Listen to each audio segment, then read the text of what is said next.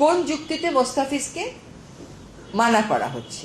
খেলাটা যদি খেলার জায়গায় আমরা রাখতে পারতাম খুবই ভালো হতো, কিন্তু আনফর্চুনেটলি খেলাটার মধ্যে রাজনীতি নিয়ে আসা হয়েছে। অন্যান্য সময় আমরা কি বলি, দুইটা দেশের মধ্যে যদি রাজনৈতিক টেনশন থাকেও, যে কোনো দুটা দেশ, আমি বাংলাদেশ ভারত, বাংলাদেশ নেপাল এরকম বলছি না, ভারত নেপাল, ভারত মালদ্বীপ এটা বলছি না, বলছি দুইটা দেশের মধ্যে যদি রাজনৈতিক টেনশন থাকেও বলে যে সাংস্কৃতিক এক্সচেঞ্জ, খেলাধুলা এগুলোর মাধ্যমে এটা কমিয়ে আনা যায়।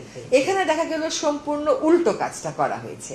বাংলাদেশের একটা খেলোয়াড়কে নিশ্চিত করার পরে তাকে রাজনৈতিক যুক্তিতে, যেটা আমরা পত্রপত্রিকায় দেখেছি, বলা হচ্ছে যে ওকে নেওয়া হবে না। তো এইরকম সিদ্ধান্তের প্রেক্ষিতে আমাদের দেশের জনগণেরও তো মনে একটা আঘাত লাগে, তাদের মধ্যেও একটা প্রতিক্রিয়া হয়।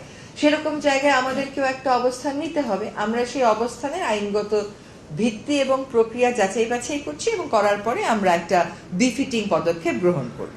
আমাকে সেটার বিরুদ্ধে একটা ব্যবস্থা নিতে হবে, সেটার ব্যাপারে একটা ব্যবস্থা নিতে হবে।